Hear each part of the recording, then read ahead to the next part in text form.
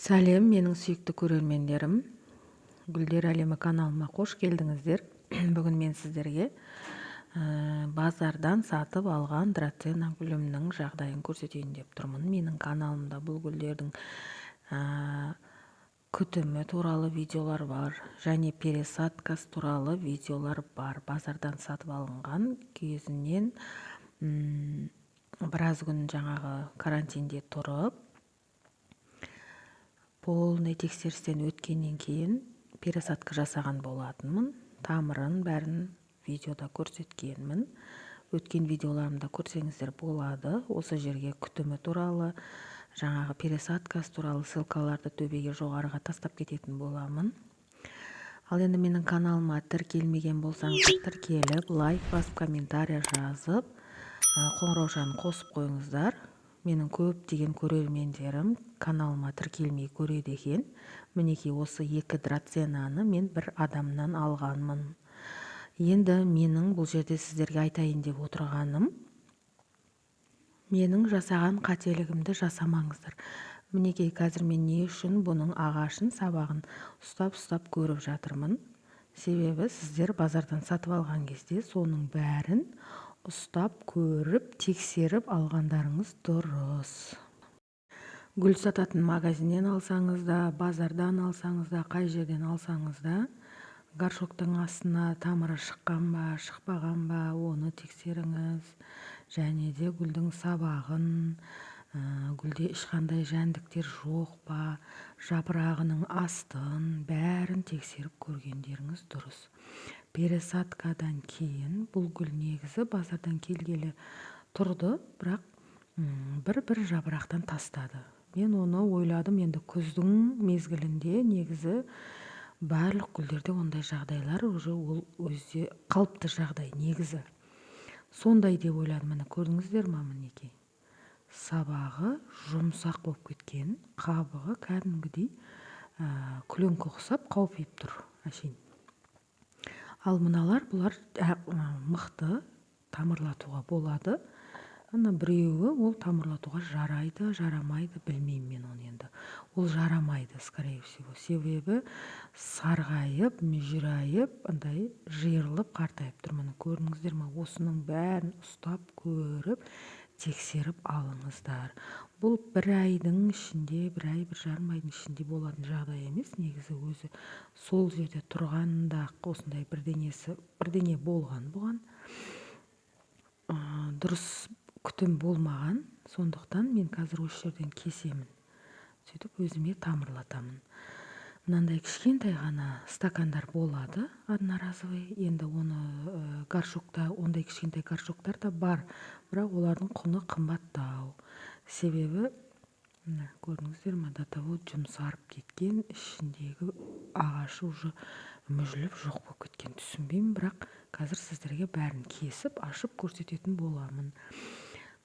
Мен сіздерге айтайын дегенім, сол базардан, магазиннен гүл таңдағанда бәрін ұстап көріп, тамыры сау ма, горшоктың астын тесігін қарасаңыз, егер тамыр шығып тұрады.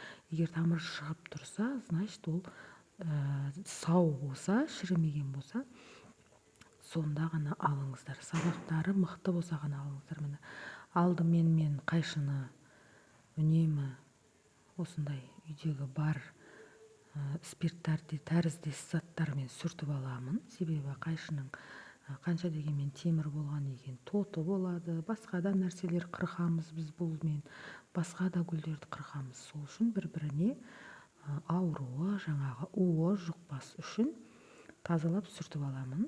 Кесіп аламын, кескеннен кейін тағы да сүртіп қоямын. Мінекей, қиғаштатып тұрып кесесіздер. Мен енді бұны ұстап күтіп отыра беретін болсам, бұл енді өліп тынады. Себебі өзекте уже бұда, былайша айтқанда, жоғары жақтағы жапырақтарға нәр беріп, топырақтан су ішеді, бұл топырақтан керекті нәрін алады. Оның бәрі осы астындағы жуан ағашы өзектен алады. Мінекей бәрін екеуін кесіп алдым. Осы екеуі жарайды, мына біреу жарамайды, себебі ол мүжіліп, уже андай денесінде су кетейін деп тұрды. Енді көреміз енді бұны. Міне көрдіңіздер ме, сіздерге жақындап көрсетейін. Ол да жұмсақ болып кеткен да.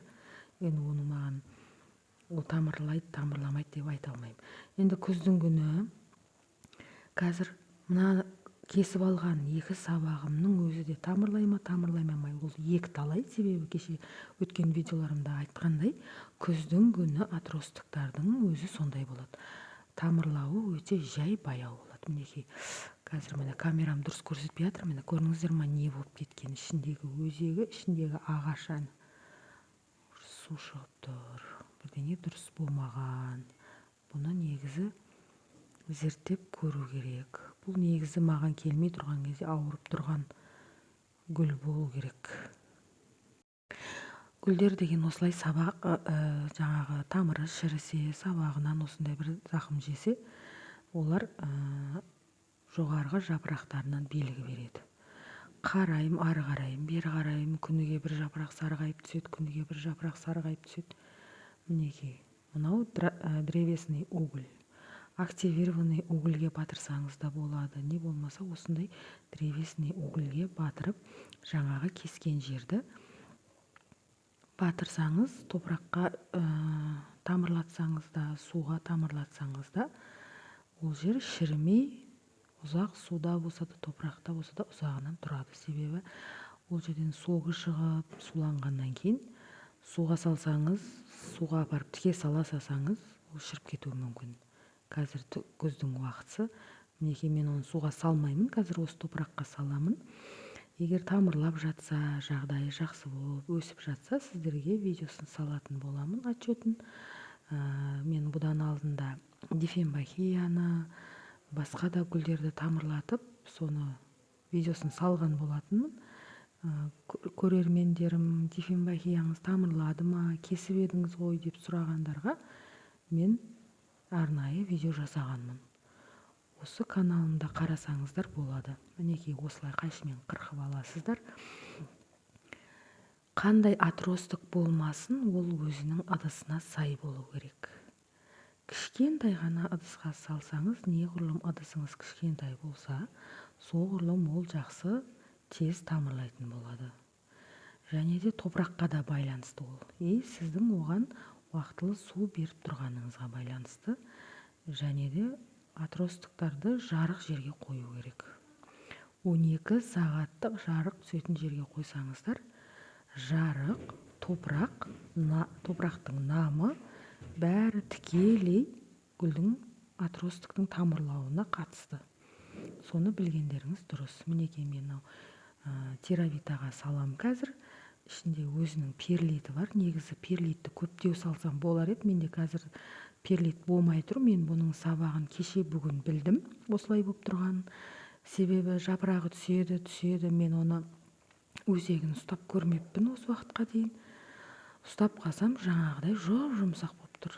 Ой, бұл не болды, бұл не болып қалды екен деп қарасам, бұның ауруы осы екен ғой. Неге бұл жапырақ тастайды, анау неғып жапырақ тастамайды оның қасындағысы деп ойланып жүрген болатынмын. Сол үшін гүлдеріңізді айландыра көріп, бақылап тұрғандарыңыз дұрыс. Бір мезгіл. Мінекей, өстіп топырақ салып аламыз. Топырақты бірінші ылғалдап аламыз. Біз оны бәрін кесіп, бәрін орындайым дегенше, жаңағы кескен жеріміз уже құрғап, дегдіп кеуіп қалады. Кептіріп алған дұрыс негізінде. Себебі шіріп кетпейді. Мінекей, осылай тығып қоясыздар. Енді бұл күз болғандықтан бір енді көктем болса, бір 14 күнде, не болмаса, білмеймін, сондай уақытта тамыр берсе, қазір енді бұл жоқ дегенде бір ай тұратын шығар. Не болмаса бір жарым ай. Егер тамырлап жатса, сіздерге көрсететін боламын. Драцена деген негізі капризный гүлдердің қатарына жатпайды. Бұлар өте сондай тез тамырлағыш, өте күтімді қатты қажет етпейтін қарапайым гүл. Тек қана сквозняк болмаса болды бұларға, суын нормадан құйып тұрсаңыздар болды. Жарық жерде тұрса болды.